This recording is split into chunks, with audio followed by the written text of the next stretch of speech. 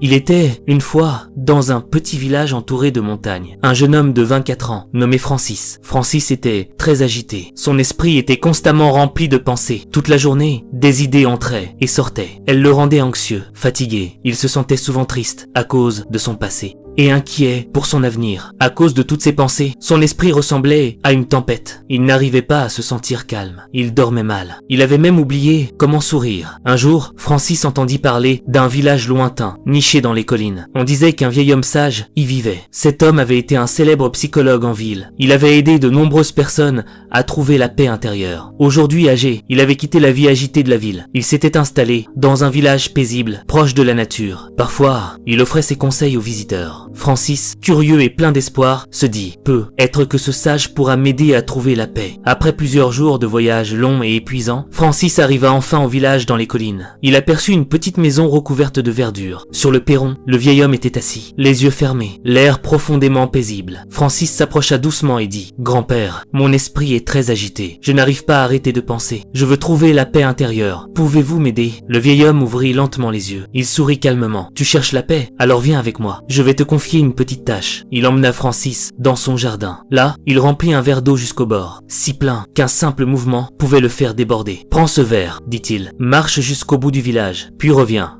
Mais attention, tu ne dois pas renverser une seule goutte. » Francis, surpris, accepta le défi. Il prit le verre avec précaution et commença à marcher. Le chemin était étroit et animé. Des gens passaient. Des commerçants interpellaient les passants. Des chiens aboyaient. Mais Francis ne regardait rien. Ses yeux restaient fixés sur le verre. Il avançait lentement, prudemment, pas après pas. Les gens le regardaient avec étonnement, mais personne ne le dérangeait. Il comprenait qu'il apprenait quelque chose d'important. Enfin, Francis revint vers le vieil homme. « Grand-père, j'ai réussi. Je n'ai pas renversé une seule goutte. » Le vieil homme hocha la tête. Il sourit. « Très bien. Mais dis-moi, as-tu vu les enfants jouer au bord de la route? As-tu entendu les chiens aboyer ?» Francis, surpris, répondit. « Non, je n'ai rien vu. Je n'ai rien entendu. J'étais concentré uniquement sur le verre. » Le vieil homme sourit à nouveau. « Voilà le secret.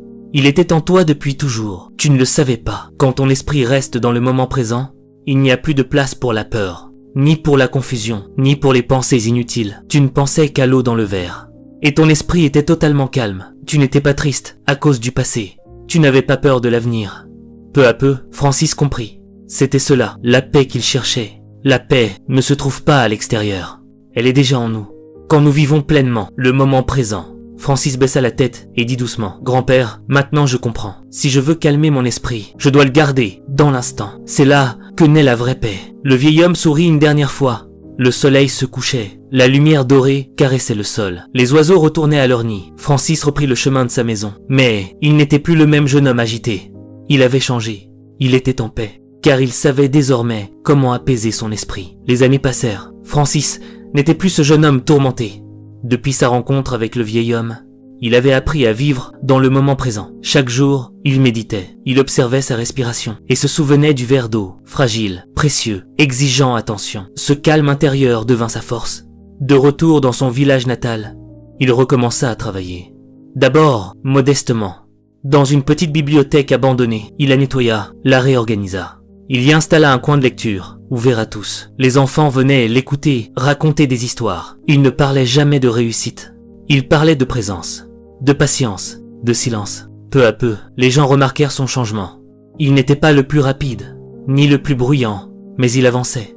Il se mit à écrire des récits simples, inspirés de sa propre transformation. Il les publiait dans de petits carnets, qu'il distribuait gratuitement. Un jour, un éditeur de passage lut l'un de ses textes.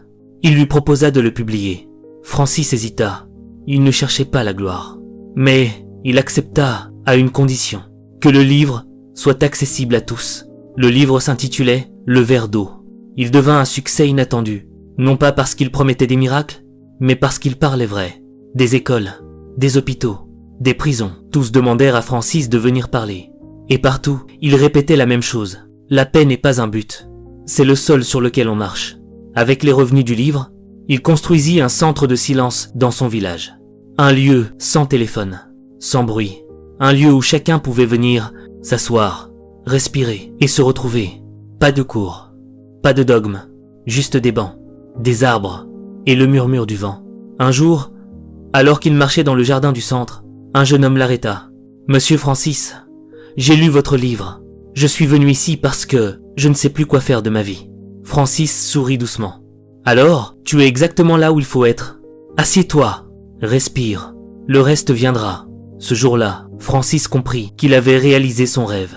Pas celui d'être célèbre, ni d'être riche, mais celui de transmettre. Il avait transformé son tumulte en lumière pour les autres. Il n'avait pas changé le monde, mais il avait changé son monde. Et cela suffisait.